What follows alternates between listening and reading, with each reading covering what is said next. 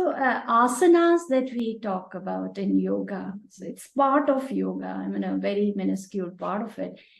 But in times of now, you see the youngsters doing exercises, doing gymming. How are these asanas different from the conventional exercises which people do? See, yoga darshana is basically Maharshi Patanjali's. But yoga has not come from Maharshi Patanjali. The mention of yoga is there in our Rig Vedas. It is mentioned in the Upanishads. We have Yoga Vasishta. We have Shiva Samhita. They're all ancient texts on yoga. Basically, different methods to make the Jivatma one with the Paramatma and the Jivatma complete himself or herself. They're different pathways. Different pathways. Right. So Maharshi Patanjali's pathway was about cultivating the mind. Because the mind is observable, the mind can be cultivated.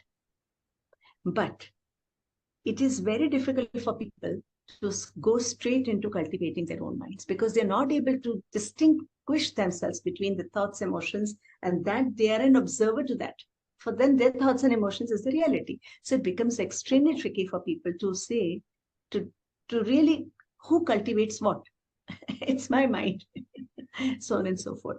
So we had the Hatha yogis, the Hatha tradition of Hatha yoga, which came later.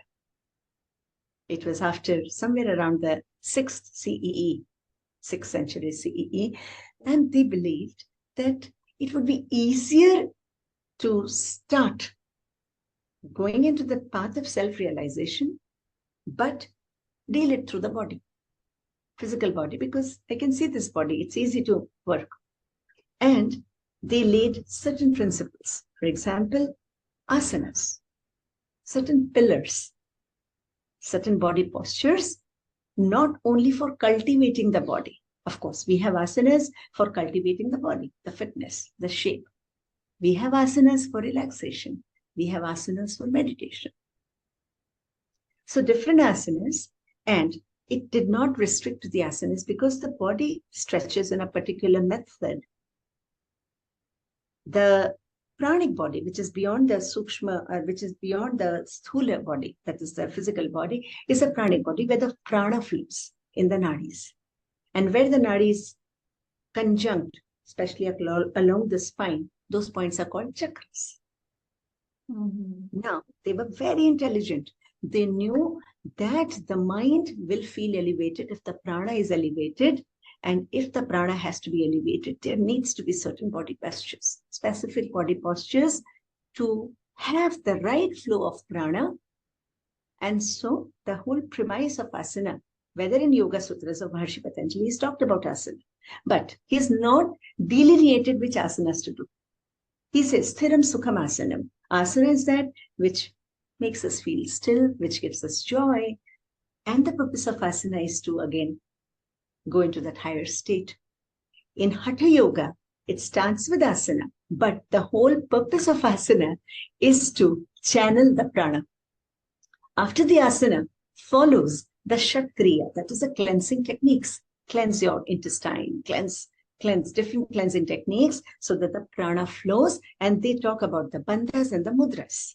It's a part of the Hatha Yoga, Hatha Yoga. And then from there, you move on to pranayam. Pranayam is experiencing the entire dimension of your prana, pranayama. And when the prana rises through the sushumna nadi, that is the central nadi, which runs along the spine, you have the spiritual experience, which is the same as Raja Yoga, what Maharshi Patanjali talks about. So Maharshi Patanjali's yoga is called Raj Yoga. That was given by Swami Vivekananda. The purpose of Hatha Yoga is also to go to the state of Raja Yoga, the spiritual anubhuti. But start it with the physical body, cleanse your pranic body, and have the right flow of prana, cleanse your different intestines, the prana will flow, you'll have that experience. That is the purpose of asana.